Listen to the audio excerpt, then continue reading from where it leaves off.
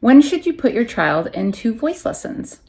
Hi everybody, I'm Kelly Aiken. I'm a classically trained soprano and professional singer with over 30 years in vocal training, including graduate and undergraduate studies. So, when should you put your child in voice lessons? After they hit puberty, meaning 12 to 13 at the earliest. During puberty, 3 things happen. First, your larynx or your vocal cords actually lengthen and thicken, and this means they can actually withstand more pressure. Second, your larynx actually tilts a little bit. And what does that mean? As a male vocalist, or even as a lower, like a mezzo, that tilt and that lengthening of the vocal cords actually allows for a deeper sound. Third thing, your head grows. What does this mean? This means your cavities, your sinuses, your nasal cavities, the space in the back of your throat around your soft palate, all of that increases in size, and that allows for resonance. Why are these 3 changes important? Well, first off, when your vocal cords lengthen and your larynx grows in size and thickens and strengthens, it means that it can withstand more pressure. And breath support and pressure is a big component with regards to singing, projection, the connectivity of all of your mechanism. That's very important. Also, as you learn to sing with proper technique, you learn to open up and utilize the resonance that you have in your physical structure of your head. And so without those being open and having that space, a lot of times what happens is that if you're too young and you haven't gone through those changes, you'll find that you can actually cause damage and permanent damage to the vocal cords. There's some very famous, well-known singers, when they were very young, they became known for certain sounds before they were really ready to sing in that specific way.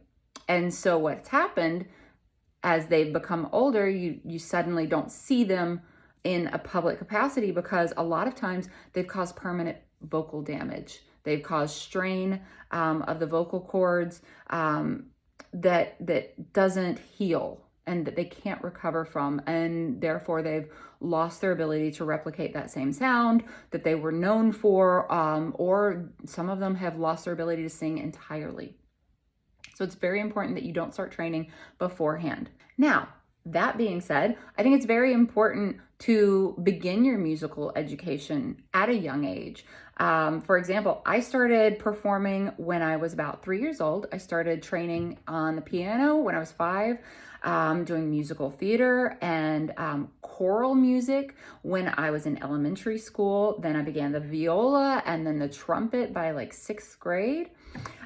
So the great thing about starting a musical education when you're very young is that you learn to read music, you learn music theory, you learn to train your ear. And those are all really important components as a professional musician, whether or not you go into singing, whether or not you stick with a specific instrument. Ear training is really huge, and it makes it easier if you already know how to read music and if you already have that level of recognizing pitches and tones before you start training as a voice student. If you are singing at a young age, like I said, in chorus or in like musical theater or in your church or what have you, the important emphasis needs to be that your voice sounds like a child. It's not supposed to sound like an adult with full vibrato, with full volume, because if you're trying to force that, then you're going to cause permanent damage. In addition to these physical changes that your body goes through, I think it's important to understand the mental side of everything, because singing is a very physically demanding art, but it's also a very mentally challenging art, because you'll go through like an ugly duckling phase where your voice, as you're learning how to adapt these techniques and how to utilize them, and as your voice is changing and growing and developing, it's not always going to sound pretty. It's not going to sound perfect. And I think one of the hardest challenges as a musician and specifically as a vocalist is rationalizing and reconciling that and understanding that you don't just give up because it doesn't sound perfect right away. You have to see it through.